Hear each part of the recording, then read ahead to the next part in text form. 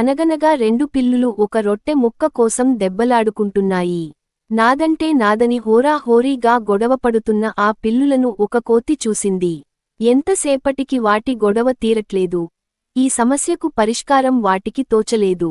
మొత్తానికి కోతి వాటిని విడతీసి, ఇంతోటి దానికి ఎందుకు దెబ్బలాడుతున్నారు?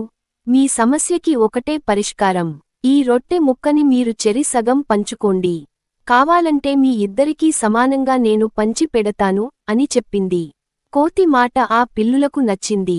ఆ రొట్టి ముక్కను కోతికి అందచేశారు.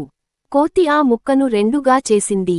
అయ్యో, ఒక ముక్క పెద్దగా ఉందే అని కోతి ఆ ముక్కను కొంచెం కొరికి తినేసింది. అరెరే, ఇప్పుడు ఈ ముక్క పెద్దగా అయిపోయింది అని రెండో ముక్కలో కొంచెం తినేసింది. ఛా, ఇప్పుడు ఇది పెద్దగా అయిపోయింది అని మళ్ళీ మొదటి ముక్కలో కొంచెం తినేసింది. ఇలా కొంచెం కొంచెం చేసి మొత్తం రొట్టె ముక్క కోతి తిని తుర్రున చెట్టెక్కి పడుకుంది.